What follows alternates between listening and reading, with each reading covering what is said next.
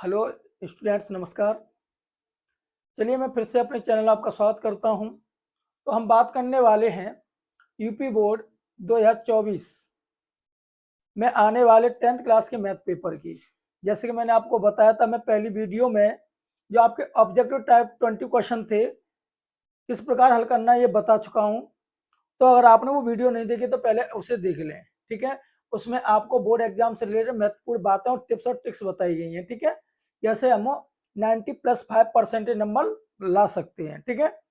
चलिए अब उससे आगे जो आपके ऑब्जेक्टिव को छोड़कर जो लिखित परीक्षा वाले क्वेश्चन हैं जो हमें उत्तर पुस्तिका में हल करने, वो किस प्रकार हल करने हैं, बाकी ये 50 नंबर का जो पोर्शन है वो इस वीडियो में हम पूरा हल करने वाले हैं, ठीक है। तो एंड से लेकर शुरू तक देखते रहिए और अपने दोस्तों को भी वीडियो को शेयर कर दीजिए। और आप हमारी वीडियो को पहली बार देख रहे हैं तो चैनल को सब्सक्राइब कर लीजिए। तो चलिए स्टार्ट करते हैं। तो जैसे कि हम बात कर रहे हैं 2023-2024 में आने वाला जो पेपर है वो इसी पैटर्न पर आधारित है। ये पेपर हमने upmsp.in वेबसाइट से डाउनलोड किया, जो कि आपकी गवर्नमेंट वेबसाइट है, ठीक है। तो चलिए, तो हमने देख जैसे कि ये क्या क्या निर्देश है, ये ऑब्जेक्टिव टाइप वाले क्वेश्चन है, ये हमने उस वीडियो में टोटल हल करा दिए वाले क्वेश्चन, ठीक है। ये 20 क्वेश्चन खत्म हो गए। अब इसके बाद ये 50 नंबर का जो थ्योरिकल क्वेश्चन है वो अब हम हल करने वाले हैं। तो जैसे कि मैंने बताया था, हमारे पेपर में दो खंड आए, खंड अ जो ऑब्जेक्टिव क्वेश्चन है और खंड वाय जो हमारे थ्योरिकल क्वेश्चन है। तो चलिए स्टार्ट करते हैं बेटा। तो जैसे कि हम बात करें, ये दिख रहा है खंड बा में सभी खंडों को हल कीजिए। और देखिए इसमें प्रत्येक खंड कितने नंबर का है, 2 नंबर का है, ठीक है। इस बात पर हमको ध्यान देना है, ठीक है।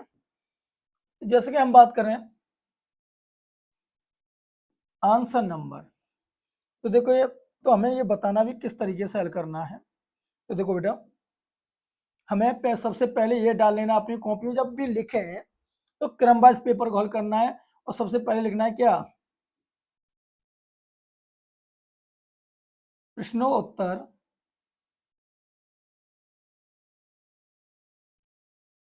एक का क, इस तरीके से फिर हमें उसको हल करना है। तो देखो क्या दिया है, हमें एक संख्या दी है, दी गई संख्या क्या है बेटा, 3 × 5 × 7 + 7। और ये कह रहा सिद्ध कीजिए कि एक, या स्पष्ट कीजिए कि एक भाज्य संख्या और क्यों है। तो देखो यहाँ पे हम क्या लिखेंगे बेटा, तो इन दोनों संख्याओं से हमको 7 क्या मिल जाएगा, कॉमन मिल जाएगा। यहाँ पे 15 हो जाएगा और प्लस क्या हो जाएगा बेटा, 1। तो यहाँ पे ये हो जाएगा 7 × 16। तो यहाँ पे देखेंगे तो देखो इसके फैक्टर क्या क्या हो जाएंगे बेटा, 2 2 2 और 2। तो यहाँ पे देख रहे हैं, अतः दी गई संख्या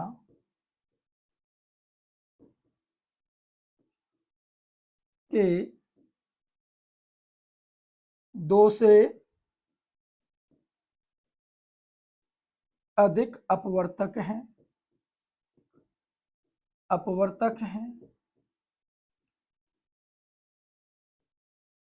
तब यह एक भाज्य संख्या है।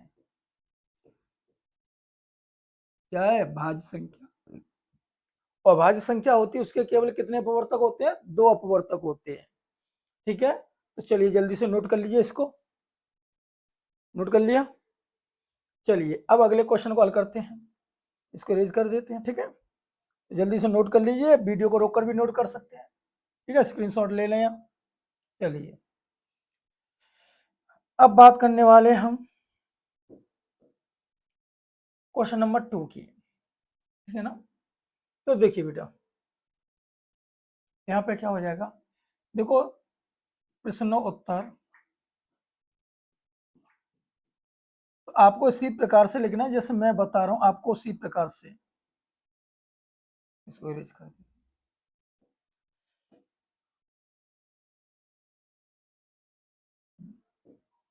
थी। देखिए प्रश्नोत्तर इसी तरीके से आपको हेडलाइन डालनी है, ध्यान रखें। इसी तरीके से आपको करना है, यू अंडरलाइन करके फिर हल करना है। तो देखो दिया है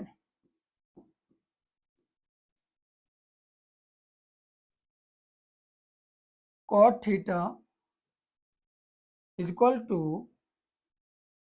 7/8। तो अब किसकी वैल्यू पूछे बेटा हमको? अब हमको वैल्यू पूछे बेटा 1 प्लस साइन थीटा कोष्टक में 1 minus sine theta upon 1 plus cos theta 1 minus cos theta. ठीक है, इसकी वैल्यू पूछिए बेटा। ठीक है, तो देखिए a प्लस बी और a माइनस बी वाला फॉर्मूला बन जाएगा, ऊपर भी और नीचे भी। तो ऊपर हो जाएगा 1 minus sine square theta upon नीचे हो जाएगा 1 माइनस के कॉज स्क्वायर थीटा। इसको भी हम क्या लिख सकते हैं बेटा? ऊपर सूत्र हो जाएगा बेटा कॉज स्क्वायर थीटा का और नीचे सूत्र हो जाएगा बेटा साइन स्क्वायर थीटा का। तो कॉज बट्टे साइन क्या हो जाएगा बेटा? ये हो जाएगा कॉज बट्टे साइन को हम इस प्रकार भी लिख सकते हैं, यानी कि कॉट थीटा का स्क्वायर। तो कॉट थीटा की वैल्यू हमको दे रखी है कितनी? 7/8। फिर इसका स्क्वायर है तो ये बेटा कितना हो जाएगा? 49/64। तो यहाँ पे हम क्या लिख देंगे? आंसर। तो इस तरीके से हमें बोर्ड एग्जाम में बिल्कुल साफ साफ लिखना है। ठीक है, तो जिससे क्या होगा, हमें पूरे के पूरे नंबर मिलेंगे। ठीक है, चलिए अगले क्वेश्चन की बात करते हैं बेटा। ये कह रहा है दो घन जिनमें से प्रत्येक घन का आयतन 64 सेंटीमीटर है, ये संलग्न पलकों को मिलाकर एक ठोस बनाया गया है, इससे प्राप्त घनाभ का पृष्ठीय क्षेत्रफल ज्ञात कीजिए। ठीक है ना, क्या है इसमें? घनाभ। तो देखिए बेटा घनाभ का निर्माण करते हैं। चलिए देखिए घनाभ क्या होता है। तो देखो दो घनों जिनमें में से प्रत्येक का आयतन, यानी कि आपको कितने गंदे रखे हैं? 2 गंदे रखे हैं।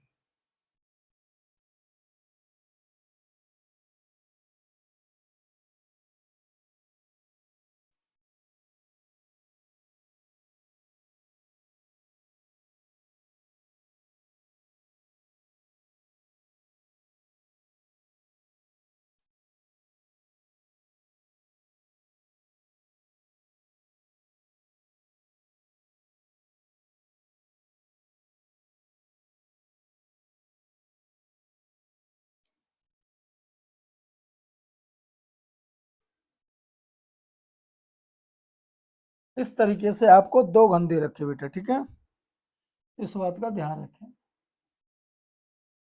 कितने गंदे रखे हैं? 2 गंदे रखे हैं। देखो आपको दिख रहा होगा, एक ये वाला हो जाएगा और एक आपका ये वाला हो जाएगा। 2 घन दे रखे हैं आपको। ठीक है ना, अब देखो 2 घन जिनों से प्रत्येक का आयतन कितना है भाई? इसका भी 64 सेमी क्यूब है और इसका भी 64 सेमी क्यूब है। ठीक है ना, तो यहां से हम बात करें, इसकी ये भुजा क्या थी? ए। इसकी ये भुजा क्या थी? ए। क्योंकि घन में सभी भुजा क्या होती है? समान होती है। तो ये भी भुजा क्या रहेगी बेटा? ए। और ये भी भुजा क्या रहेगी? ए। ये अलग अलग घन था। ठीक है ना, तो इस तरीके से हमारी भुजा क्या हो जाएंगी? तीनों, यानी कि घन में सभी भुजाएं क्या होती हैं? बराबर। तो यहाँ पे हमने देखा, तो देखो, तो यहाँ पे हम बात करें तो इन 2 घनों को जब हम मिलाकर रखते हैं तो 2 घनों के मिलाने से एक घनाभ का निर्माण होता है। किसका निर्माण होता है? एक घनाभ का। तो यहां से हम बात करेंगे बेटा, तो देखिए यहाँ पे हम लिख लेंगे इसी तरीके से। तो देखो इसका हल कर रहे हैं, प्रश्न उत्तर यही लिख के। प्रश्नोत्तर एक का ग। ठीक है, तो यहां लिख लें दिया है, क्या दिया भैया, घन का आयतन, घन का आयतन दिया बेटा कितना, 64 सेमी क्यू। तो भाई घन का आयतन होता है क्या है, तो भुजा क्यू होता है, और ये कितने क्यू हो जाएगा भाई, 4 का क्यू। तो क्यू से क्यू कट जाएगा, तो ए बराबर कितना आ जाएगा भाई, 4 सेमी। तब घनाभ के लिए, घनाभ के लिए तो घनाभ में हम क्या लेते हैं, लंबाई चौड़ाई और ऊंचाई लेते हैं। तो लंबाई हमारी यहां से यहां तक हो जाएगी बेटा, ये घनाभ की है, तो एल बराबर क्या हो जाएगा बेटा, 2a, और ये का मान कितना है 4, तो ये कितना हो जाएगा 8 सेंटीमीटर। और ये यहाँ से यहाँ तक की चौड़ाई है, तो चौड़ाई किसके बराबर होगी, ए के बराबर होगी, यानी कि 4 सेंटीमीटर। और ऊंचाई की बात करें बेटा, तो ऊंचाई भी ए के बराबर है, तो ये भी कितनी होगी, 4 सेंटीमीटर। तो इस तरीके से लिख लेना है। फिर इसके बाद पूछा है क्या, घनाभ का पृष्ठीय क्षेत्रफल। तो घनाभ का पृष्ठीय क्षेत्रफल क्या हो जाएगा बेटा, घनाभ का पृष्ठीय क्षेत्रफल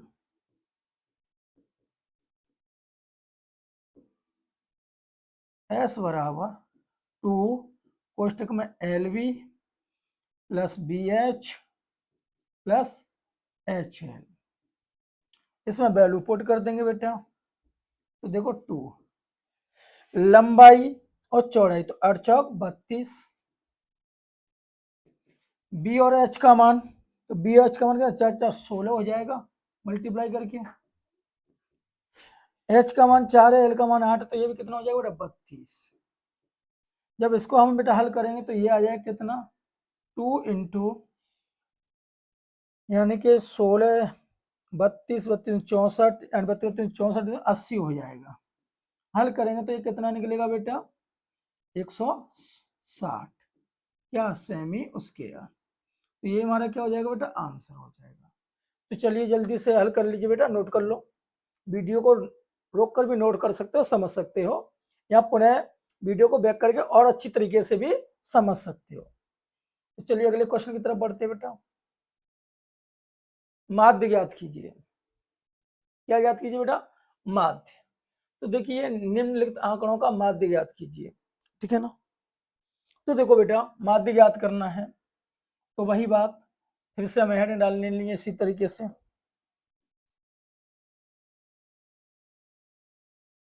प्रश्नोत्तर एक का घ। ठीक है, इसी तरीके से हमें लिखकर हल करना है इसे। ठीक है, इस तरीके से हम जब हल करते हैं साफ साफ और क्रम वाइज, तो एग्जामिनर जो कॉपी जांच करने वाला होता है टीचर, वो हमें पूरे में से पूरे नंबर देता है, क्योंकि उसे भी कॉपी जांच करने में आसानी होती है। ठीक है, तो देखिए बेटा अब इसको कैसे हल करना है, तो देखो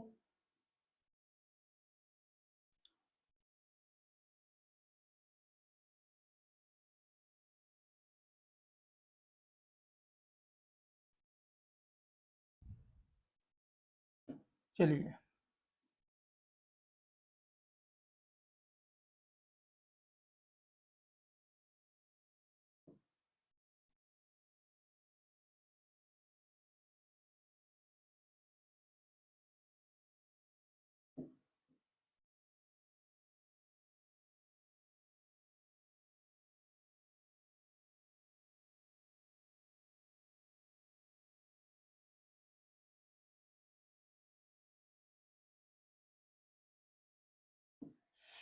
चलिए अब बात हम करते हैं बेटा, अब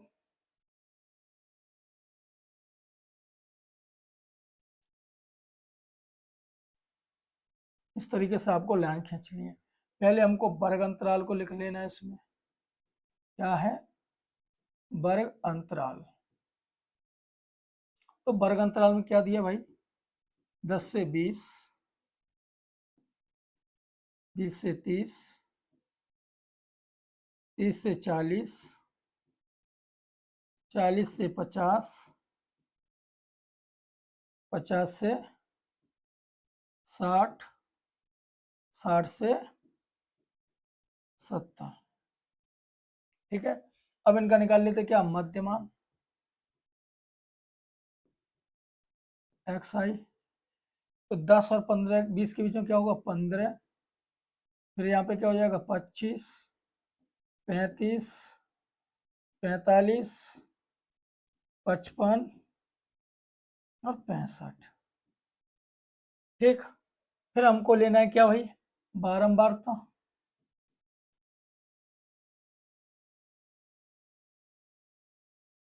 एफ आई, तो एफ आई का मान लिखेंगे क्या भाई, 2, 7, 12, 15, 8 और 6। फिर क्या करेंगे बेटा, एन बराबर होता है सिग्मा एफ, यानी कि इनको जोड़ देंगे। तो 2, 7, 9, 9 और 12 कितना हो जाएगा, या फिर सीधे सीधे कर लो भाई, 8 और 6 क्या होगा, 14, 14 और 15 कितने हो जाएंगे बेटा, 29, 29 और 12 कितने हो जाएंगे, 41, 41 और 9 कितना हो जाएगा, 50। ये जोड़ कितना हो गया, 50 हो गया। ठीक है, अब इनका मल्टीप्लाई कर लेते हैं, यानी कि हम क्या निकालेंगे, एफ आई इंटू एक्स आई। ठीक है, इसका ध्यान रखें। तो 15 दूनी कितना हो जाएगा बेटा, 30, और 25 के डेढ़, 25 सत्ते 175, 12 5 60, 12 3 36, 36 और 6 42, यानी कि 12 5 60 का 0 हासिल 6, 12 3 36 और 6 42, 75 की 5 हासिल 7, 15 चौका 60 और 7 67। इस तरीके से 58 40 और 58 40 और 4 44, 54 30 और 6 36 3 39। अब यहाँ से बेटा हम निकालेंगे सिग्मा एफ आई और एक्स आई। तो जोड़ के लिखेंगे इनको, 5 5 10 0,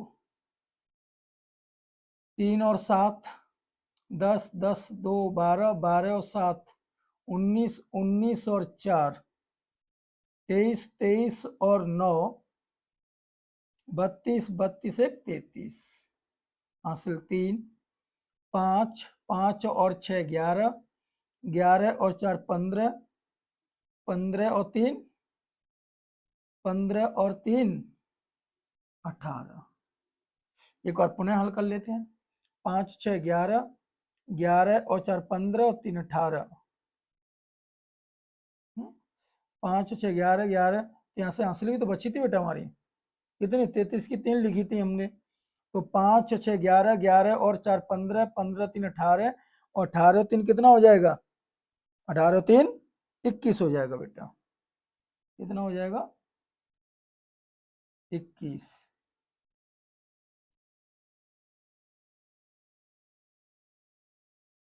ये आ गया बेटा 2130।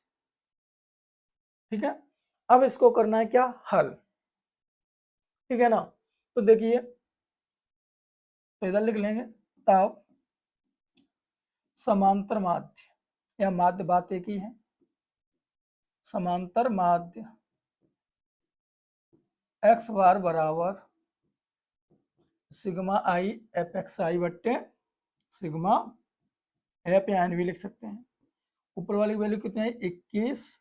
कैलकुलेशन एक बार देख ले बेटा, मिस्टेक तो नहीं है, 50। इससे ये कट जाएगा, 5 का 20 बची 1 13, 5 दूनी 10। यही हमारा क्या हो जाएगा बेटा, आंसर हो जाएगा।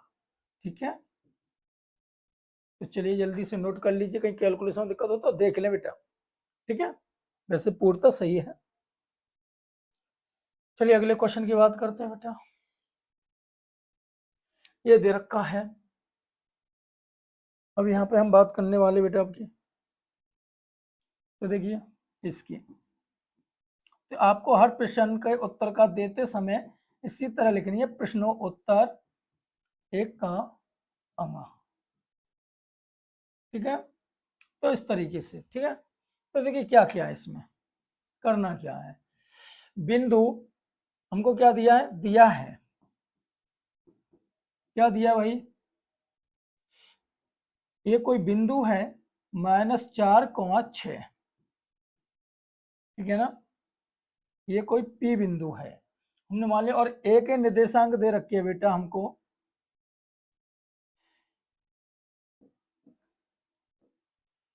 अब ए के निर्देशांक दे रखे कितने हमें, -6,10, -6,10 इसके किसके निर्देशांक है, एक है, और इधर कोई बी बिंदु है, बी के निर्देशांक दे रखे 3,-8, और वो कह रहा है तब ए से पी की दूरी और बी से पी की दूरी, ये दोनों दूरियां क्या है, किस अनुपात, सॉरी ये क्या हो गया, इस तरीके से नहीं है, मैंने सोचा क्या दिया, तो इसमें दिया देखो -4,6 बिंदु ए और को मिला जोड़ने वाली रेखा, ठीक है भैया, तो देखिए ये कोई रेखा दे रखी है,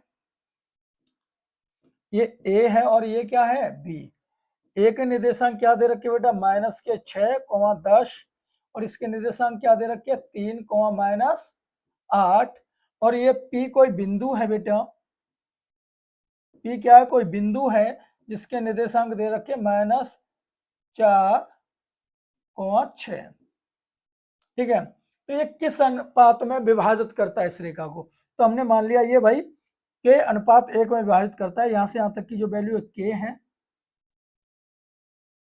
और यहां से यहां तक की वैल्यू 1 है, तब हमें अनुपात ज्ञात करना है, तो ठीक है यहां लिख देंगे, माना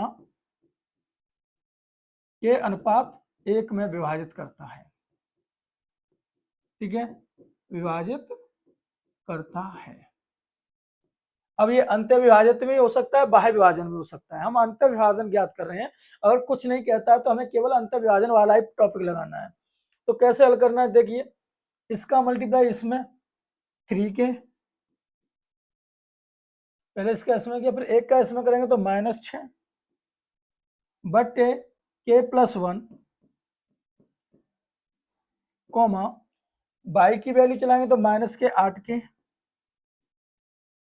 एक का दसवां करें तो +10 बट्टे k+1, और इसका जो हमें वैल्यू दे रखा है वो क्या है, -4,6 है, ठीक है, अगर हम यहां से कंपेयर करें तो पहली वाले से कंपेयर कर लेंगे, 3k - 6 अपॉन k+1 बराबर क्या हो जाएगा, -4, इसका इसमें मल्टीप्लाई कर देंगे बेटा, 3k - 6 इक्वल टू -k 4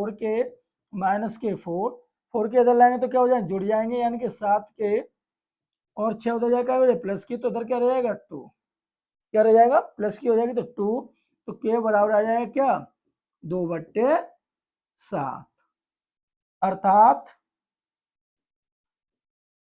अनुपात क्या होगा हमारा, तो k अनुपात 1 था, तो k का अनुपात को हम क्या लिख देंगे, बराबर 2:7 में विभाजित करता है, ठीक है, विभाजित करता है, बहुत से लोग इसको सूत्र से करने बेटा, पर हमें सूत्र नहीं रटना है, x की वैल्यू के लिए पहले इसका x में मान 3k, फिर इधर से x में मान -6 अपॉन दोनों का योगफल, ऐसे y के लिए -8k, फिर एक का मान 10 में +10k बट्टे दोनों का योगफल बराबर यही बिंदु निकलना चाहिए, इसकी हमने इससे तुलना कर दी, किससे, -4 से, चाहो तो आप इसकी तुलना इससे भी करा सकते हो, उत्तर दोनों से एक ही आने वाला है, ठीक है, तो चलिए जल्दी से नोट कर लीजिए, फिर अगले भी क्वेश्चन की बात करने वाले हम, हो गया नोट, चलो अच्छी बात है, अब क्वेश्चन देखते हैं, ये प्रश्नों उत्तर 1 का 4, चलिए हल करते इसको भी, ठीक है, अब देखिए बेटा हल करना है हमको, तो क्या होगा भाई, ये कह रहा है x और y में एक ऐसा संबंध ज्ञात कीजिए कि बिंदु x y बिंदु 3,6 और माइनस से समदूर स्थित है, यानी कि ये जो P बिंदु है x, y, ठीक है ना, ये दो बिंदुओं से समदूर स्थित हैं, यानी ए और बी से मान लिया हमने क्या, तो पहले यहाँ लिख लें दिया है। इसी तरीके से हल करना है बेटा हमें। तो एक के निर्देशांक क्या दे रखे भाई, एक के निर्देशांक देखे 3,6 और एक के निर्देशांक देखे -3,4। तो यहाँ से क्या होगा भाई, तो ये दूरियां दोनों क्या है, बराबर हैं। तो बराबर है तो भाई क्या हो जाएगा, A P equal to B P. अब इसकी बीच की दूरी का सूत्र लगा दें तो भाई क्या हो जाएगा, x - 3 का वर्ग प्लस y -6 का वर्ग इक्वल टू, यहां से लगाएंगे तो बेटा क्या हो जाएगा, x + 3 का स्क्वायर, और यहां से लगाएंगे तो बेटा क्या हो जाएगा, y -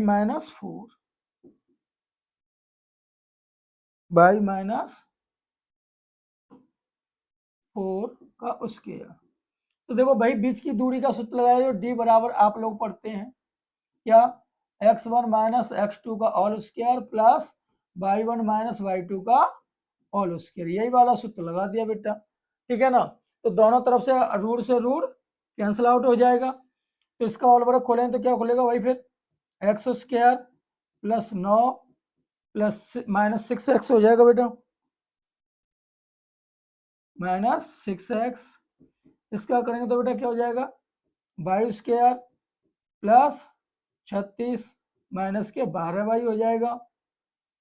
इधर इसका स्क्वायर करेंगे तो भाई x³ + 9 प्लस के क्या हो जाएगा भाई 6x plus y² plus 16 -8y, ये हो गया आपका बेटा। तो देखो सॉरी यहाँ पे ये स्क्वायर होगा, अब स्क्वायर होगा तो देखो x² से x² कैंसिल आउट हो जाएगा, y² से y² कैंसिल आउट हो जाएगा, 9 से 9 कैंसिल आउट हो जाएगा, ठीक, और कुछ कैंसिल आउट नहीं हो रहा। तो देखो 6x को इधर ले आएंगे तो देखो -6x ये रही, -6x वो हो जाएगी, तो देखो -6x -12y ये रही, और इसको लाएंगे तो +8y हो जाएगी बेटा, इधर +36 है, इधर लाएंगे -16 हो जाएगी इक्वल टू 0। तो जब हम इसमें संबंध निकालेंगे बेटा तो ये कितना हो जाएगा, -12x और यहाँ से कितना हो जाएगा -4y, और ये कितना हो जाएगा भाई, चलो तो 20 बराबर 0। तो यानी कि -12x -4y बराबर -20, माइनस से कर देंगे भाग बेटा, यानी कि किसने से भाग कर देंगे, -4 से भाग जा रहा है, तो यहाँ क्या हो जाएगा 3x + y बराबर 5, यही x y में क्या हो जाएगा संबंध, और यहाँ लिख देंगे यही हमारा क्या है आंसर, ठीक है ना। तो इस तरीके से हम इसको x और y के बीच संबंध स्थापित कर देंगे। तो चलिए अगले क्वेश्चन पर बात करते हैं बेटा। अब देखिए प्रश्न नंबर 2 शुरू हो जाता है आपका यहाँ से, ठीक है। अब प्रश्न 2 का प्रत्येक क्वेश्चन, तो देखो कह रहा है निम्नलिखित में से किन्हीं 5 खंडों को हल कीजिए, यानी कि इसमें 5 6 7 क्वेश्चन दिए होंगे, उसमें से केवल आपको कितने हल करने, 5, और प्रत्येक कितने नंबर का, 4 नंबर का है, ठीक है ना। तो चलिए स्टार्ट करते हैं बेटा। तो देखिए इसके लिए भी भाई लिखना है इसी तरीके से, प्रश्नोत्तर 2 का क, इसी तरीके से हमको पैटर्न अपनाना है। फिर दिया है, क्या दिया है भाई, तो यहां से देख लो, द्विघात बहुपद, द्विघात बहुपद, द्विघात बहुपद क्या बेटा, 6x² -3 -7x, बहुपद दिया है कि शून्य ज्ञात कीजिए और शून्यकों के बीच गुणांकों के सततई जांच भी कीजिए। बहुत बढ़िया क्वेश्चन है बेटा। तो देखिए यहाँ पे बहुपद, तो बहुपद को हम कैसे लिखते हैं, px इक्वल टू, ये लिख लिया। तो पहले इसको शुद्ध रूप में लिख लेंगे बेटा, माइनस के 7x माइनस के 3। अब इसके हमें क्या कर लेने हैं बेटा, फैक्टर कर लेने हैं, तो फैक्टर कर लेंगे तो क्या हो जाएगा, 6 × 18 और 9 दूने 18। तो इस तरीके से हम इसको हल कर लेंगे बेटा। इसमें से क्या कौन मिल जाएगी, 3x, तो यहाँ बचेगा 2x माइनस 3, यहाँ से 1 कौन मिल जाएगी, तो 2x माइनस 3, तो एक ब्रैकेट में हो जाएगा 2x माइनस 3 और एक हो जाएगा 3x प्लस 1। तो देखो ये किसके बराबर है, px। तो देखो शून्य कों के लिए, शून्य कों के लिए px इक्वल टू क्या होता है बेटा, 0। तो px का मान क्या दे रखा है, 2x माइनस 3 और 3x प्लस 1 इक्वल टू 0। तो यहाँ से हो जाएगा 2x माइनस 3 इक्वल टू 0 या 3x प्लस 1 इक्वल टू 0। तो यहाँ से एक x आ जाएगा 3/2 आंसर, ये आपका आंसर नहीं, सॉरी x की वैल्यू, या यहाँ से x की वैल्यू आ जाएगी माइनस के 1/3, ये वैल्यू। तो ये हमारे दो शून्य का आ गए। पर अब वो कह रहा है शून्य को तथा गुणांकों के बीच संबंधों की स्थापित कीजिए। तो देखो भाई, अब x के जो मान होते हैं वो हमारे क्या होते हैं, शून्य। अब यहां से हम बात करें, देखिए, तथा 6x² माइनस 7x माइनस 3। तो देखो यहाँ पे ax² plus bx plus c से कंपेयर करेंगे तो इक्वल टू क्या आ जाएगा, 6, b बराबर क्या आ जाएगा, -7 और c बराबर क्या आ जाएगा बेटा, -3। तब शून्य को में संबंध, शून्य को में संबंध, तो द्विघात समीकरण है, तो कितने संबंध होंगे, 2। क्या होगा, अल्फा प्लस बीटा बराबर माइनस के b/a व alpha into beta equal to c/a।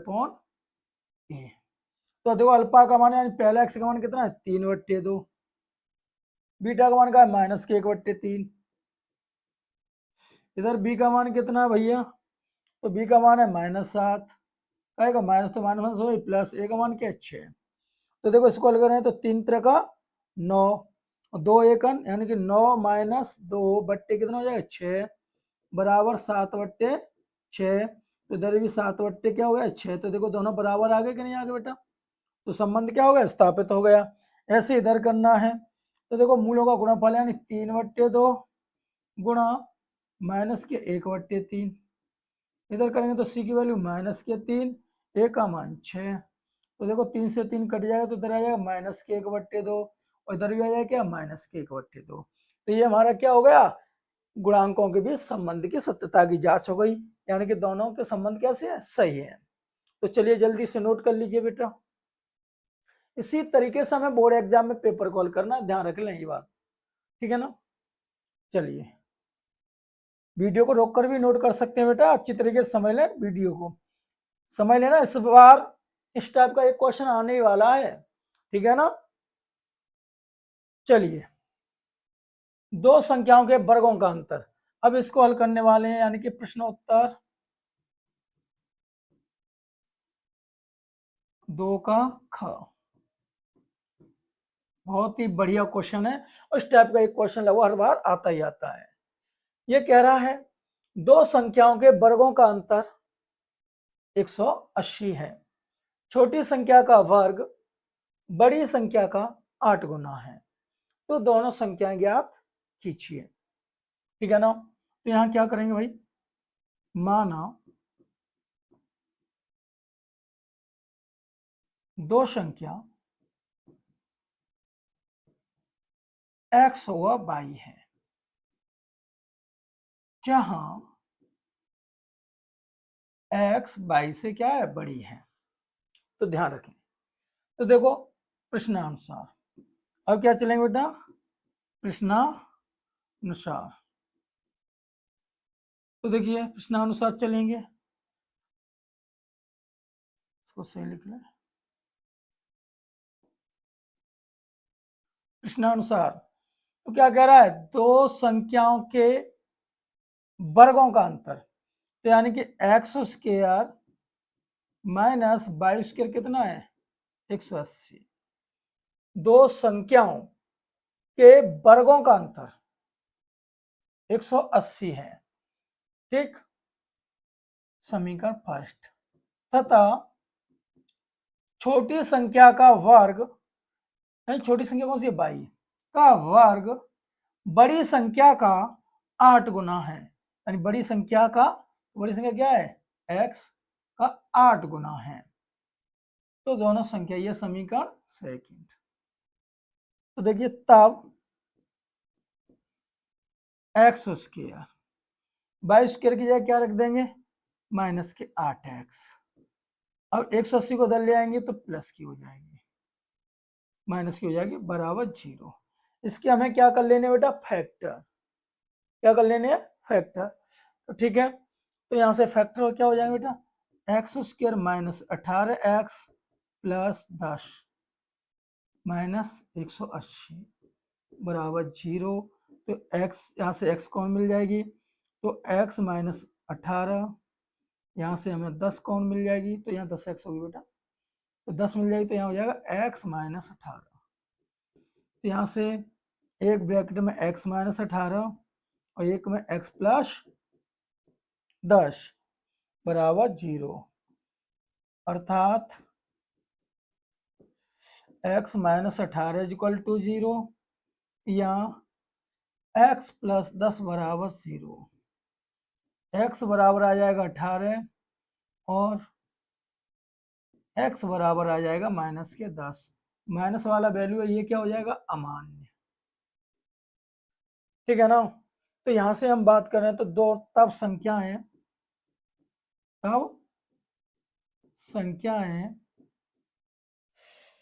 तो देखिए बेटा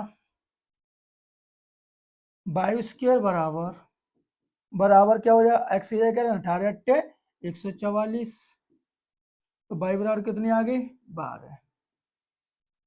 तो हमारी दोनों संख्याएं क्या हो जाएंगी बेटा, x का मान एक तो 18 हो जाएगी, तब संख्या इस तरीके से लिख देंगे लास्ट में बेटा, तब संख्याएं 18 और 12 है।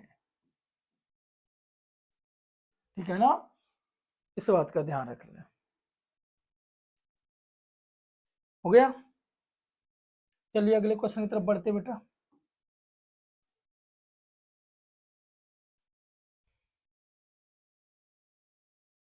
ये कह रहा है सिद्ध कीजिए कि किसी वृत्त के व्यास के सिरों पर खींची गई स्पर्श रेखाएं समांतर होती हैं। तो चलिए इसको हल करते हैं बेटा। ठीक है ना, तो देखिए बेटा ये क्या बेटा वृत्त है, क्या है वृत्त, और ये क्या बेटा स्पर्श रेखा है।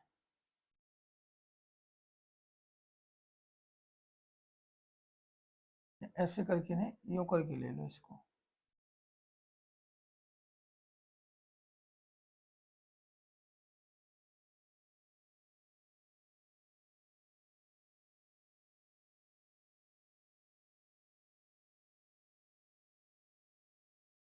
अब ये दो रेखाएं हैं, ठीक है ना।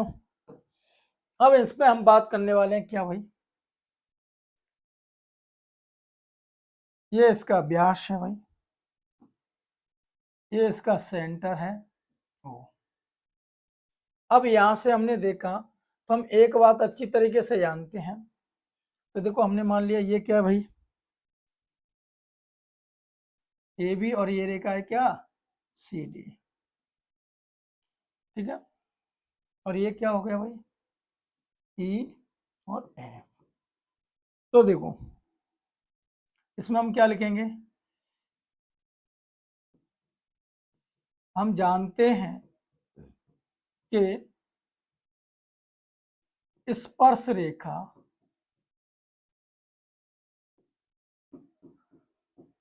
त्रिज्या पर लंब होती है, लंब होती है। ठीक है ना, क्या होती है लंब होती है। तब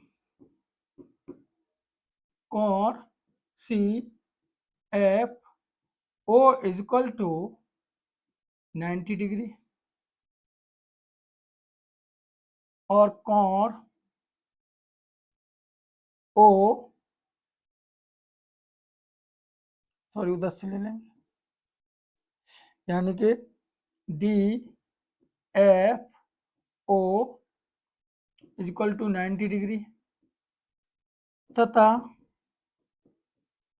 अब यहां से लेंगे तो कोण ए ई ओ बराबर 90 डिग्री और कोण बी ई ओ बराबर 90 डिग्री, यानी कि ये सभी कोण इस पर क्या होंगे, लंब होंगे, 90 एंगल होंगे। तब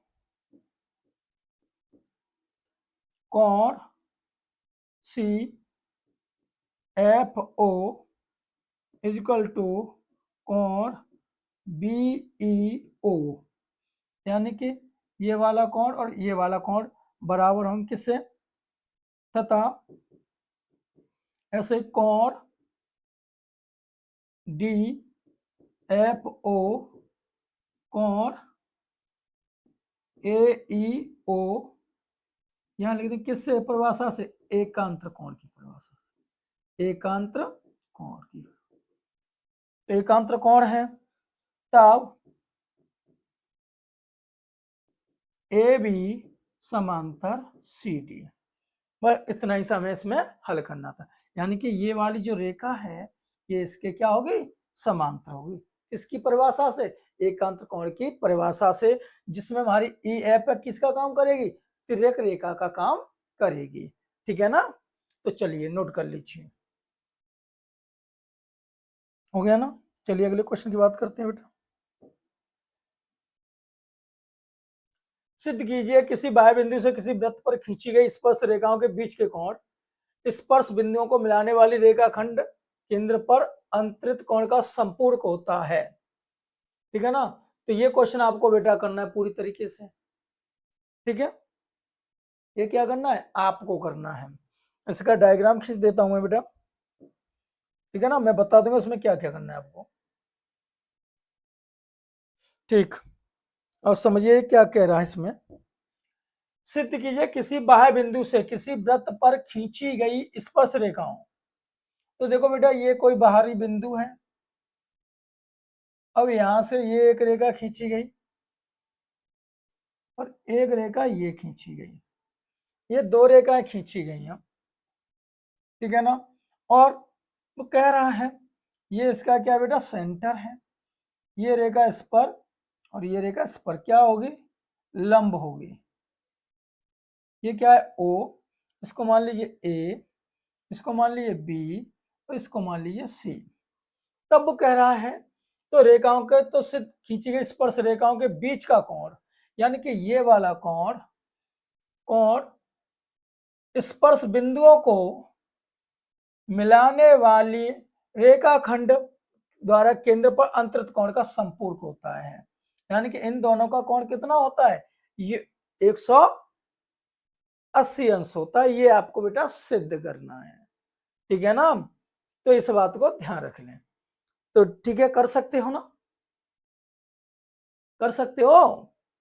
ये वाला कोण है, ये वाले कोण का योगफल हमें क्या दिखाना है, 180 दिखाना है।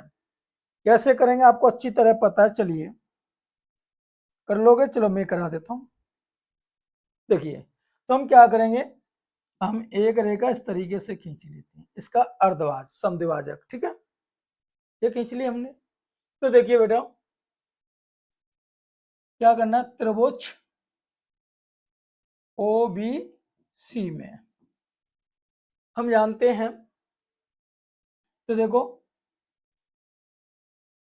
अब यहां से ये हो जाएगा, तो हम जानते हैं क्या भाई, कि देखो कोण बी का मान, तो देखिए कोण बी प्लस 1/2 कोण ए ओ बी, यानी कि ए ओ बी का जो कोण था उसका आधा हो गया ये, प्लस ये जो पूरा कोण था 1/2 कोण क्या हो जाएगा भाई, ए बी सी, यानी ये इसको समद्विभाजित कर देगी, यानी कि सॉरी ये क्या बना दिया, ए सी बी हो जाएगा यहाँ पे। तो त्रिभुज, ये तीनों कोणों का योगफल कितना होता है 180 अंश, और कोण बी का मान हमें कितना दे रखा है भाई 90 अंश। इनमें से हमें कितना कोण मिल जाएगा 1/2। तो कोण ए ओ बी प्लस कोण ए सी बी बराबर कितना है 180 अंश। अब 180 अंश उधर जाके घट जाएगा बेटा, तो इधर बचेगा 1/2 कोण ए ओ बी प्लस कोण ए सी बी बराबर 180 माइनस 90 अंश, यानी कि कोण ए ओ बी प्लस कोण ए सी बी बराबर, इसको घटा दें तो कितना हो जाएगा 90 अंश। इधर 2 का भाग हो रहा था, इधर क्या हो जाएगा गुणा। तो कोण ए ओ बी बराबर क्या हो जाएगा 180 माइनस कोण ए सी बी। अतः कोण ए ओ बी व कोण ए सी बी एक दूसरे के क्या है संपूरक हैं। बस इतना सा सिद्ध करना था। ये देख लो दोनों कोणों का योगफल कितना आया 180 अंश, क्योंकि संपूरक कोण होता है तो एक कोण दूसरे 180 अंश के कोण में से घटाने पर प्राप्त होता है। तो इस तरीके से हम इसे हल कर सकते थे। ठीक है, नीचे दिए गए बंटन का माध्यक 28.5 है, यह बारंबारताओं का योग 60 हो तो x व y का मान ज्ञात कीजिए। ये क्वेश्चन बहुत ही महत्वपूर्ण होने वाला है। ठीक है ना, चलिए जल्दी से इसे हल करिए बेटा, कोशिश करिए, एक सेकेंड।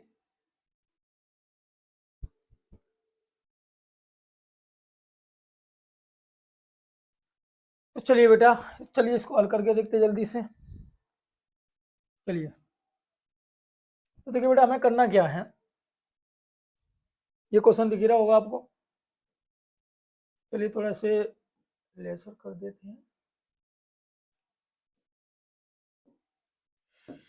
देखिए बेटा,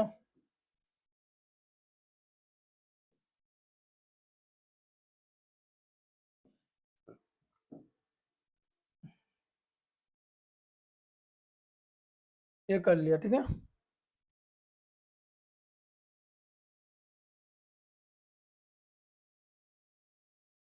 चलिए इसमें करना क्या, देखो हाँ, पहले आपको क्या दिया बेटा वर्ग अंतराल, वर्ग अंतराल लिख लीजिए। 0 से 10, 10 से 20, 20 से 30, 30 से 40, 40 से 50, 50 से 60, यहां तक हमको दे रखा है बेटा। फिर हमको दिया बारंबारता एफ, तो ये कितनी है 5, ये है x, ये है 20, ये है 15, ये है 22 और ये है 5। फिर निकाल लेते बेटा संचय बारंबारता। देखो ये क्वेश्चन मैंने क्लास में कई बार बताया, बहुत ही मोस्ट इंपोर्टेंट क्वेश्चन है। ठीक है, तो देखो पहले क्या लगेगा 5, फिर इसको योग करके लिखेंगे तो 5 + x, फिर इसको योग करके लिखेंगे इसी तरीके से, तो कितना हो जाएगा 20 और +5,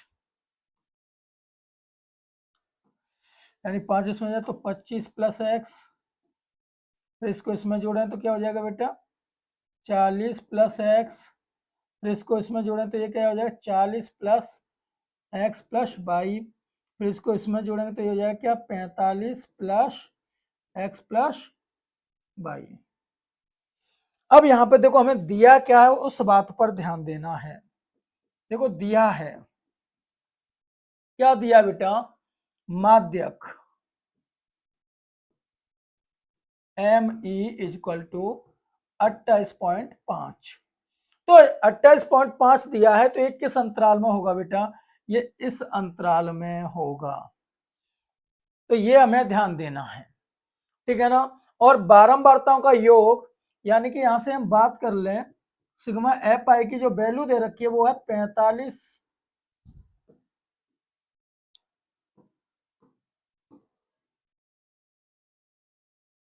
क्या दे रखी है बेटा? 45 प्लस एक्स प्लस वाई। तो देखो ये दे रखा है, और देखो इसने कहा है बारंबारताओं का योग, यानी कि सिग्मा एफ की वैल्यू हमको दे रखी है कितनी? 60। लेकिन सिग्मा एफ की वैल्यू यहाँ कुछ और ही है, 45 plus X plus Y is equal to 60। जब 45 उधर घट जाएगी तो एक्स प्लस वाई बराबर क्या बचेगा बेटा? 15। ये हो जाएगा इक्वेशन फर्स्ट। तो देखो अगर ये है तो हमारा ये हो जाएगा L1 और ये हो जाएगा L2, और यहाँ से हमारा अंतराल जो h की वैल्यू निकलेगी, तो यहाँ पे कितने का अंतराल है? 10 का, ठीक है। और ये हमारी क्या हो जाएगी बेटा? f। ये क्या हो जाएगी हमारी? f। और ये हमारी होने वाली है क्या? CF, ठीक है। तो यहां से अब हमें सूत्र लगा देना है माध्यिका का बेटा। चलिए जल्दी से हल करते हैं। तो देखो माध्यक m इज इक्वल टू क्या सूत्र होता है? L1 plus NY2 minus CF upon F into H। तो यहां सबसे बड़ी बात आने वाली है n बराबर क्या होगा? तो n बराबर जो हमारा योग होता है वो होगा 60, ठीक है। तो इस बात का ध्यान रख लें। तो देखिए अब इस तरीके से हमें हल करना है। तो NY2 की वैल्यू क्या हो जाएगी भाई? 30 होने वाली है, ठीक है ना। तो देखो ME का मान कितना दे रखा है हमें? 28.5। L1 की वैल्यू क्या होगी बेटा? 20। NY2 की वैल्यू क्या हो जाएगी बेटा? 30, ठीक है। और माइनस CF की वैल्यू क्या है? 5 प्लस एक्स, तो माइनस से चिन्ह बदल जाएंगे, ये हो जाएगा बट्टे F। तो F की वैल्यू क्या है बेटा? 20 इंटू H का वैल्यू क्या है? 10, ठीक है। तो इस तरीके से हल करना है। तो देखो 10 से ये कट जाएगा, कितने बार? 0 कट जाएगा, 2 टाइम्स बार। अब इसको हल करेंगे तो देखो 20 इधर आके घट जाएगा, तो 28.5 माइनस 20 बराबर क्या रह जाएगा बेटा? 25 माइनस एक्स। जब इधर इसको लाएंगे तो घटा देंगे, कितना बचेगा बेटा? बट्टे 2 भी है अभी इधर, तो इधर बच जाएगा कितना? 8.5 इजक्वल टू 25 माइनस एक्स बट्टे 2। तो 2 का इधर मल्टीप्लाई हो जाएगा, 8.5 कितना हो जाएगा? 17 बराबर 25 माइनस एक्स। तो यहाँ से हमारी वैल्यू जो एक्स के निकलने वाली है तो कितना आ जाएगा? 8। एक्स की वैल्यू कितनी आ गई? 8 आ गई। तब समीकरण फर्स्ट से, ठीक है ना। तब समीकरण फर्स्ट से हल करने वाले बेटा, तो क्या है बेटा? x प्लस वाई बराबर 15। तो x का मान कितना आ चुका है? 8 प्लस वाई बराबर 15। तो y बराबर कितना आ जाएगा? 15 माइनस 8, यानी कि y बराबर 7। तो ठीक है, अतः यहाँ लिख देंगे x बराबर 8 y बराबर 7। यही हमारा क्या हो जाएगा बेटा? आंसर। तो चलिए जल्दी से नोट कर लीजिए बेटा, इस टाइप का क्वेश्चन आपके बोर्ड एग्जाम में एक आता ही आता है, ठीक है, 4 नंबर में, ठीक है। तो चलिए बेटा अगले क्वेश्चन की बात करते हैं। क्वेश्चन नंबर 3 आ गया। क्वेश्चन नंबर 3 में कह रहा है भाई, 2 अंकों की एक संख्या एवं अंकों को पलट देने पर, ठीक को 6 नंबर का क्वेश्चन है। इसमें 2 क्वेश्चन दे रखे हैं आपको, 2 में से एक करना है आपको, ठीक है ना। 2 में से कितना करना है? एक। तो चलिए बेटा करते हैं, ठीक है ना। अब देखिए, चलिए, 2 अंकों की एक संख्या एवं उसके अंकों को पलटने पर बनी संख्या का योग 66 है, ठीक है ना। तो देखिए यहां से हम हल करना शुरू करते हैं। माना 2 अंकों की संख्या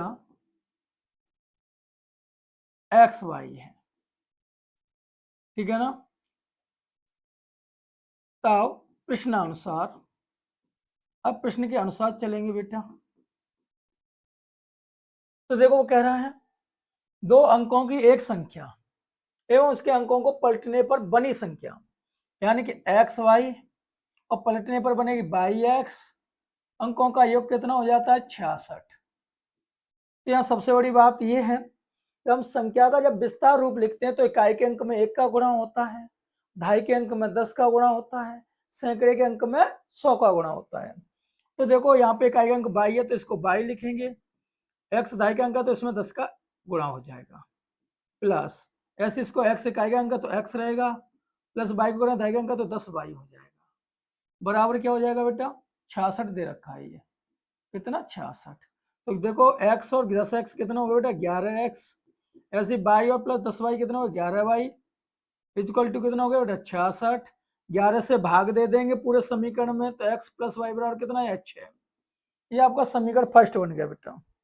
फिर कह रहा है यदि संख्या के अंकों का अंतर 2 हो तो संख्याएं ज्ञात कीजिए। अब यहाँ पे ये कह रहा है बेटा अंतर, संख्याओं के अंतर यानी संख्या के अंकों का, तो अंक क्या है x और y। तो देखो तथा x minus Y equal to कितना है 2, ये समीकरण सेकंड हो गया। अब देखो समीकरण फर्स्ट प्लस सेकंड से दोनों को जोड़ दें तो 22 से y कट जाएगा, 2x इक्वल टू कितना आ जाएगा 8, तो x बराबर कितना आ जाएगा बेटा 4।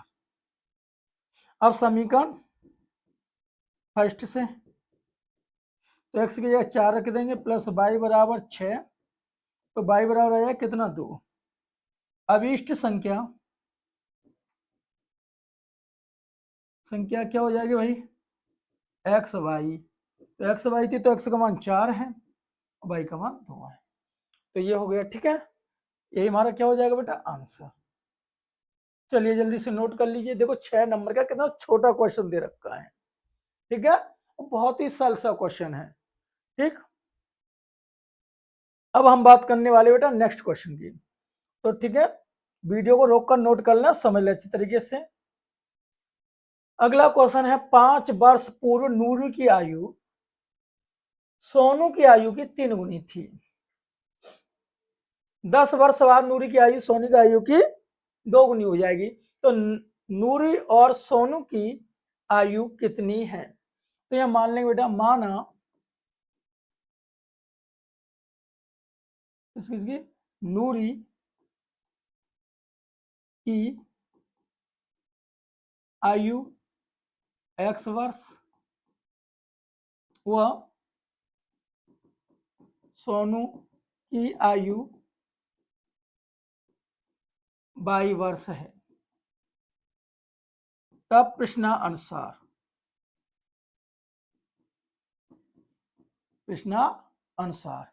5 वर्ष पूर्व, 5 वर्ष पूर्व, तो देखो जब पहले की बात होती तो घटती है, उम्र क्या होगी घटेगी। जैसे कि मैं बात कर लूं आज मेरी उम्र 30 साल है, तो आज से 6 साल पहले क्या रही होगी, तो 30 माइनस 6 अर्थात 24 साल रही होगी। अगर मैं बात करूं आज मेरी उम्र 30 साल है तो 7 साल बाद क्या होगी, तो 37 साल होगी। तो ये बाद वाली होती है वो जोड़ के पता पड़ती है, ठीक है, बस यही ध्यान देना है। तो देखो भाई 5 वर्ष पूर्व नूरी की आयु, तो नूरी की आयु अभी कितनी है x, तो 5 वर्ष पूर्व कितनी होगी x माइनस 5 वर्ष भाई। आयु सोनू की आयु की 3 गुनी थी, तो सोनू की आयु भी क्या होगी भाई बाई माइनस 5, और वो कह रहा है कि 3 गुनी थी तो इसमें 3 का गुणा कर देंगे भाई, तो यहां से क्या हो जाएगा x माइनस 5 बराबर 3y माइनस के 15, 3y को उधर ले आएंगे तो x माइनस 3y 5 उधर प्लस की हो जाएगी, तो यानी 5 घटे तो माइनस के 10, समीकरण फर्स्ट, ठीक है। 5 वर्ष पूर्व नूरी की आयु सोनू की आयु की 3 गुनी थी, ठीक। अब 10 वर्ष बाद क्या, 10 वर्ष बाद, और देखो योग चलेगा नूरी की आयु, यानी तो नूरी की आयु क्या हो जाएगी x प्लस 10, और सोनू की आयु कितनी हो जाएगी 22+10। नूरी की आयु सोनू की आयु की 2 गुनी हो जाएगी। कितनी हो जाएगी 2 गुनी। तो x+10 बराबर 2y+20। तो x - 2y बराबर कितना हो जाएगा बेटा 10 समीकरण सेकंड। अब देखिए समीकरण फर्स्ट से लिख लो बेटा, क्या है x - 3y = -10। क्या कर देंगे घटाने पर चिन्ह बदल जाएंगे, ये माइनस ये प्लस ये प्लस। तो देखो इससे ये x कट जाएगी, प्लस के 3y माइनस के 2y तो प्लस के y बचेगी, और 10 और 10 क्या हो जाएगा 20। तो देखो ये सीधा आंसर आ गया भाई का, कितना 20 वर्ष। ठीक है, तथा समीकरण फर्स्ट से तो देखो x - 3y का मान रख देंगे 20 बराबर -10। तो x माइनस कितना हो जाए 20 × 60 बराबर -10। तो x बराबर -10 प्लस 60 हो जाएगा। तो x बराबर कितना आ जाएगा 50 वर्ष। तो देखो नूरी की आयु कितनी है भाई, तो नूरी की आयु x मानिए तो 50 वर्ष है, और सोनू की आयु कितनी है, सोनू की आयु तो बाई का वैल्यू कितना है 20 वर्ष है। ठीक है, ये हमारे क्या हो जाएंगे आंसर। चलिए जल्दी से नोट कर लीजिए बेटा, वीडियो को रोककर भी समझ सकते हैं या बैक करके भी देख सकते हैं। ठीक है, और कहीं कोई दिक्कत या प्रॉब्लम हो तो मुझे कमेंट कर सकते हैं बेटा। ठीक है, चलिए अगले क्वेश्चन की बात करते हैं। अब देखिए अगला क्वेश्चन क्या कह रहा है बेटा, ये कह रहा है एक बहुमंजिल भवन के शिखर से देखने पर 8 मीटर ऊंचे भवन के शिखर और तल के अवनमन कोण 30 अंश और 45 अंश है। ठीक है ना, तो देखिए बेटा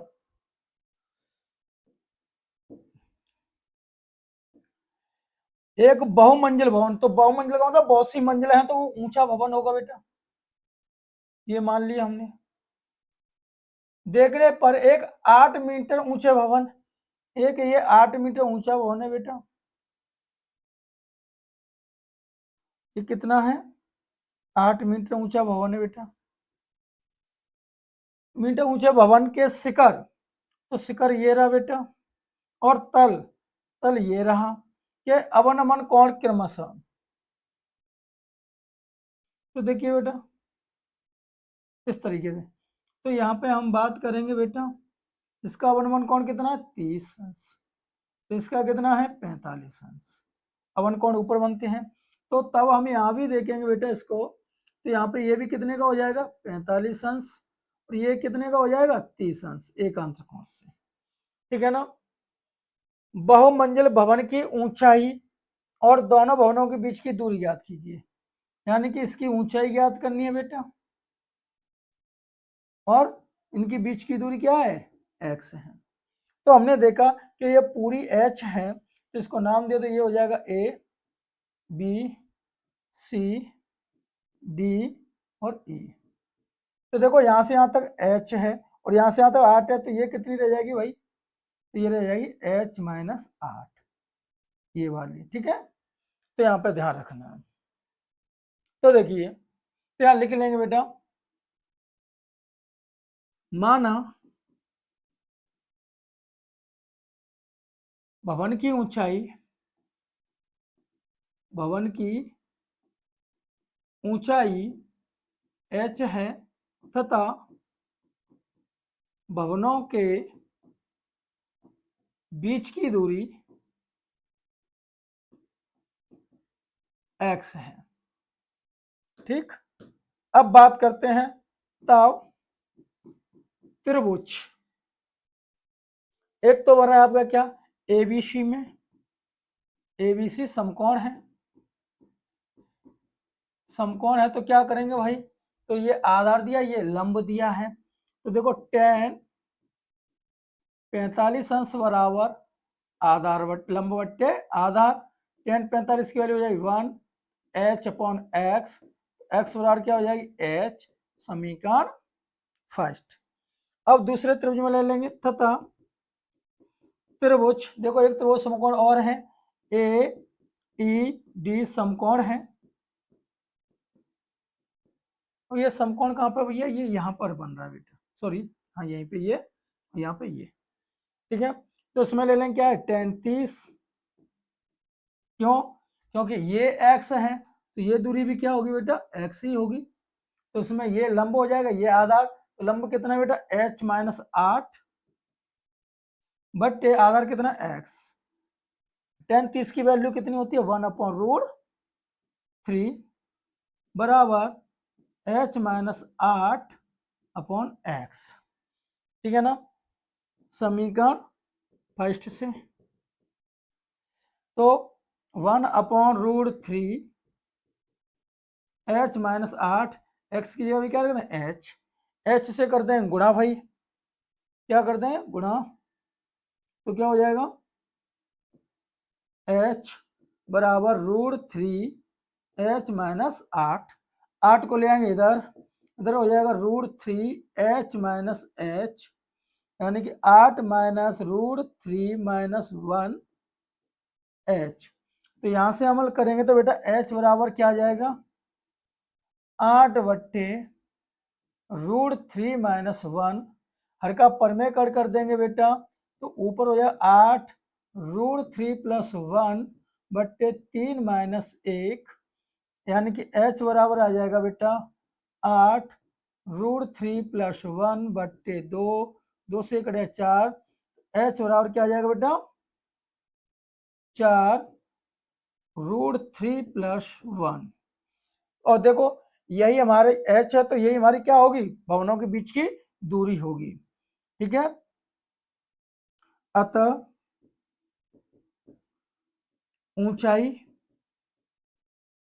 व दूरी कितनी रहेगी 4 ब्रैकेट में √3 प्लस 1 मीटर होगी, जितनी ऊंचाई उतनी बीच की दूरी होगी, ठीक है ना। ये हमारा क्या हो जाएगा आंसर।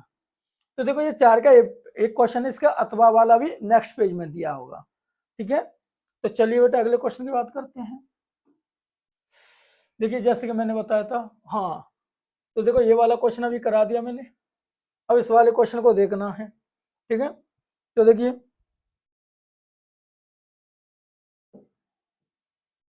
इसको क्लियर कर देते हैं, चलो अब इसको देखते हैं बेटा, अथवा वाला क्वेश्चन है ये, ठीक है। क्या है अथवा वाला, बे वाला तो करा ही दिया अभी। तो देखो बेटा इसका डायग्राम बना लो बेटा जल्दी से। ये कह रहा है भूमि के एक बिंदु P से, तो देखो ये बेटा भूमि आपका समतल है, कोई P बिंदु है ये 10 मीटर ऊंचे भवन के, अब ये कोई भवन है बेटा,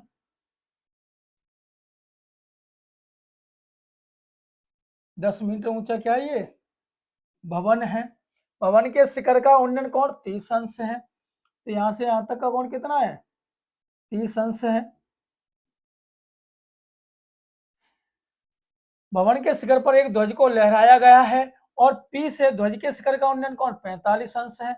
अब भाई इस पे क्या लगा एक ध्वज लगा है, क्या लगा इसमें एक ध्वज लगा, इस तरीके से ध्वज लहराया है, और पी से ध्वज के शिखर का उन्नयन कोण, यानी कि यहां से यहां तक का ध्वज का कोण कितना हो जाता है ये 45 अंश है।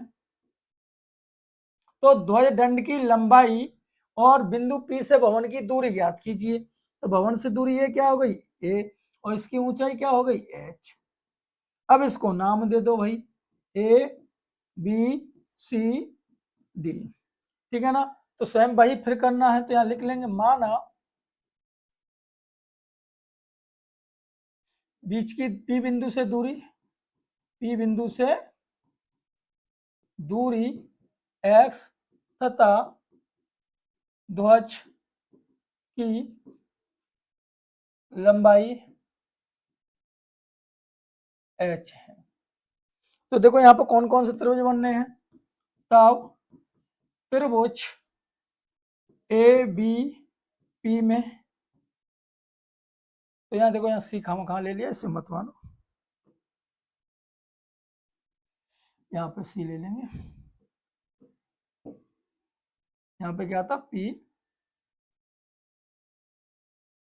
तो यहाँ पे क्या डी सी, सॉरी क्या है,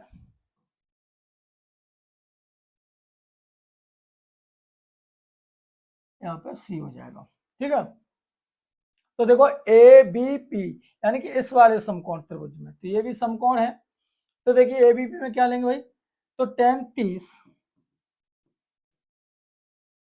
बराबर लंब बट्टे आधार यानी कि 10 बट्टे एक्स, इसकी वैल्यू होती है 1/√3, 10/x, एक्स बराबर क्या हो जाएगी भाई 10√3। ठीक है, ये आपकी आ गई। यहाँ √3 का मान कितना होता है उसे रख सकते हैं, 10√3 का मान होता है 1.732, तो इसको हल कर लेंगे, देखो दे भी रखा है, तो यहाँ से अलग करके कितना आ जाएगा 17.32 मीटर, ये तो बीच की दूरी आ गई। तथा एक और त्रिभुज बनेगा इसमें, देखो त्रिभुज सी बी पी में, तो यहाँ 45 का कोण बना है, देखो tan 45 अंश यानी सी बी पी में, तो इसके लिए 45 का कोण बना है, लंब बट्टे आधार, तो यहां से यहां तक का लंब क्या हो जाएगा h + tan, आधार क्या हो जाएगा x, tan 45 का मान कितना होता है 1, h + 10 बट्टे x, तो यहां से क्या हो जाएगा भाई h + 10 बराबर क्या हो जाएगा x, इसका इसमें गुणा हो जाएगा। लेकिन इस समीकरण फर्स्ट से वैल्यू रख देंगे, समीकरण फर्स्ट कहाँ है, चलो यहाँ पे मान लो से, तो h + tan x की वैल्यू हल करके कितनी आ रही है 17.32, 10 से आगे उधर घट जाएगा, तो h बराबर कितना आ जाएगा, ध्वज की लंबाई 7.32 मीटर। ये हमारे दोनों क्या हो जाएंगे बेटा, आंसर हो जाएंगे। तो भली बात है नोट कर लें, ये तो बहुत इजी सवाल था, छोटा सवाल था। ठीक है, देखो फिर भी ये कितने नंबर का, 6 नंबर का था। चलिए अगले क्वेश्चन पर, ये क्वेश्चन है बेटा, ठीक है ना, लास्ट क्वेश्चन है आपका और बहुत ही अच्छा क्वेश्चन है, समझ लें। ठीक है, तो देखिए बेटा इसमें करना क्या हमको,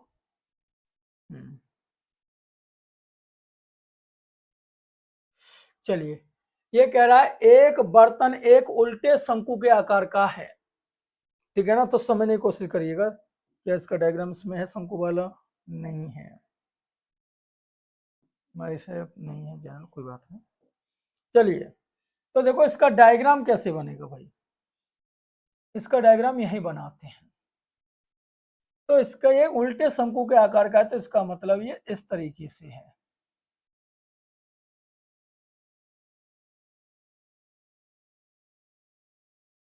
ठीक है, इसकी ऊंचाई है, तो देखो बेटा यहां से यहां तक की जो ऊंचाई है वो 8 सेंटीमीटर है। कितनी ऊंचाई है, तो इसके ऊपरी जो खुला हुआ भाग है सिरे की त्रिज्या, तो देखो बेटा इस तरीके से है, तो यहाँ पे ये त्रिज्या दे रखी है बेटा, तो ये त्रिज्या दे रखी है 5 सेंटीमीटर, क्या दे रखी है 5 सेंटीमीटर। ऊपर तक पानी से भरा हुआ है। जब इस बर्तन में शीशे की कुछ गोलियां, यानी कि इसमें कुछ गोलियां डाली जाती हैं इस तरीके से, तो इसमें प्रत्येक गोली की जो त्रिज्या है स्मॉल आर, तो देखो बेटा इसको R1 मान लेना, स्मॉल आर, तो ये 0.5 सेमी की है। तो कह रहा है डाली आती है, तो इसमें से भरे हुए पानी का 1/4 भाग बाहर निकल जाता है, तो बर्तन में डाली गई शीशे की गोलियों की संख्या ज्ञात कीजिए। बहुत अच्छा क्वेश्चन है बेटा, यानी कि वो कह रहा है, तो देखो तो इसमें लिख देंगे शीशे की n गोलियों का आयतन,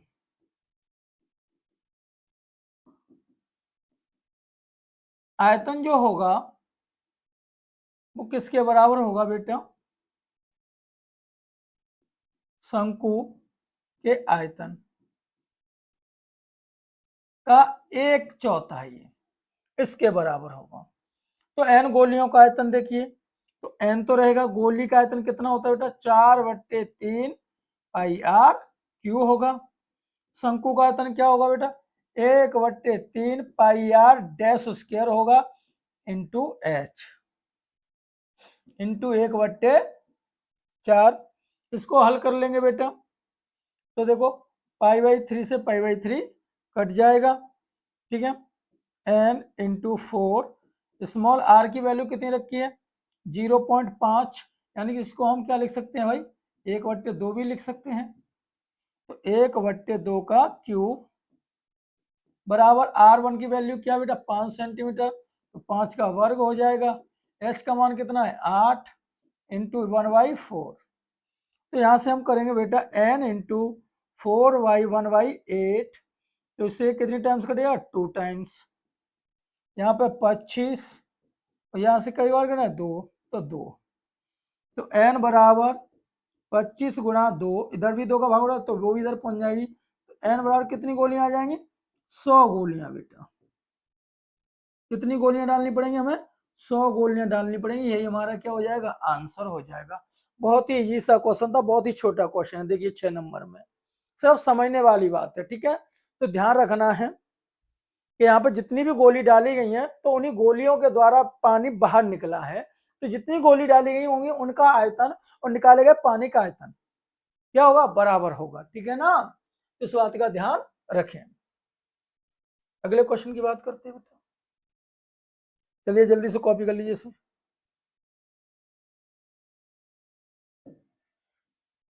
चलिए इस क्वेश्चन को देखते हैं अब।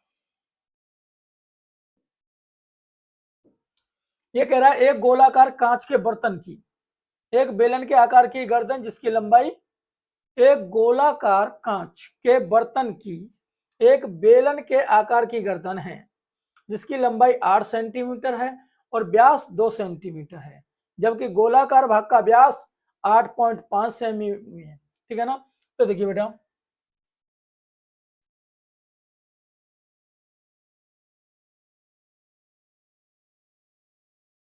ये क्या है बेटा? गोला है। क्या है? गोला।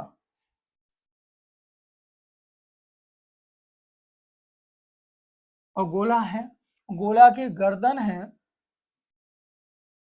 वो बेलनाकार भाग की है, इस तरीके से।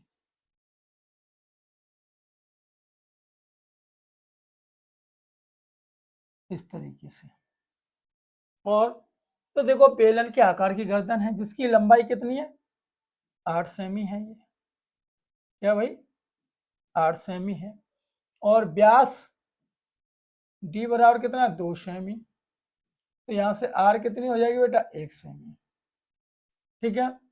और जबकि गोलाकार भाग का व्यास यानी कि इसका व्यास कितना है बेटा? कैपिटल डी बराबर दे रखा है 8.5 सेमी। तो यहाँ पे आर कितनी हो जाएगी बेटा? 8.5/2। हल करेंगे तो बेटा 85 बट्टे कितना हो जाएगा? 20। 5 से काट देंगे तो यानी कि 85/20, 10 उठाएंगे तो 5 से 17/4 इतना सेमी है। तो ज्ञात कीजिए कि एक बच्चे ने यह ज्ञात किया कि इस बर्तन का आयतन 345 वर्ग सेमी है। तो देखो ये गलत कर दिया बेटा, वर्ग नहीं होगा, यहाँ पे घन होगा। जांच कीजिए कि उस बच्चे का उत्तर सही है या नहीं। पाई का मान 3.14 रखना है, ठीक है ना। तो देखो भाई इसका आयतन निकालना है आपको। क्या आयतन? तो देखो बर्तन का आयतन निकालना है बेटा। तो बर्तन का आयतन जो होगा गोले के आयतन प्लस बेलन के आयतन, इसके बराबर होगा। यानी कि v इक्वल टू गोले का आयतन क्या होगा बेटा? 4/3 पाई आर क्यूब, क्योंकि गोले की त्रिज्या कैपिटल आर है। और बेलन का आयतन होगा बेटा पाई आर स्क्वायर एच। अब इसमें से हमें पाई क्या मिल जाएगी बेटा, कॉमन मिल जाएगी, 4/3 R Q R square H. अच्छा, पाई का वैल्यू 4/3 आर क्यू का जो वैल्यू रखेंगे बेटा ये बहुत ही बड़ा हो जाएगा। देखो 17/4 का क्यू कर देंगे, है ना। तो चलिए इसका क्यू कर दीजिए बेटा, इसको इस तरीके से लिखिए, प्लस आर का मान कितना, 1 का वर्ग 1, और इसका कितना रहेगा 8। ठीक है, अब इसको हल करेंगे बेटा तो पाई, तो यहां से 4/3। अब 17 का घन कितना होता है भाई, 4 का घन तो 64 हो गया, 4 का घन कितना हो गया 64। अब हम बात करेंगे तो 17 का घन कितना होगा, तो 17 का वर्ग कितना होता है बेटा 289। 17 का इसमें मल्टीप्लाई कर दो, क्या कर देंगे, तो 7 नंबर 63 की 3, 7 8 56, 56 और 6 62, 7 दूने 14, 6 20 और 9 8 2। हल करेंगे तो बेटा कितना हो जाएगा 4913 हो जाएगा ना। देख लीजिए बेटा, 3 1 हासिल 1 9 4 4913 प्लस 8, यहां से कितनी बार कट जाएगा 16 बार। ठीक है ना, तो पाई कैलकुलेशन बहुत बड़ी है बेटा इसकी, 4913 लासा कितना आ जाएगा 16 ते 48 आ जाएगा। 48 में तो इसके साथ 8 का लासा ले चुके होंगे, 8 8 64 की 4, 8 चौक 32 और 6 32 और 6 38। इसको जब बेटा कैलकुलेट करेंगे तो आपका कुछ आंसर इस तरीके से आने वाला है बेटा, पाई का मान कितना 3.14 और ये जोड़ के कितना हो जाएगा 7, कितना हो जाएगा 7,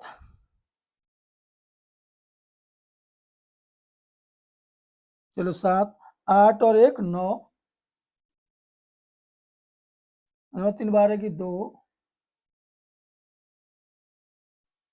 8 से 5, 5200/48। और जब इसको हल करेंगे बेटा तो पहले इसका मल्टीप्लाई कर लीजिए, 3.14 इंटू 5297/48।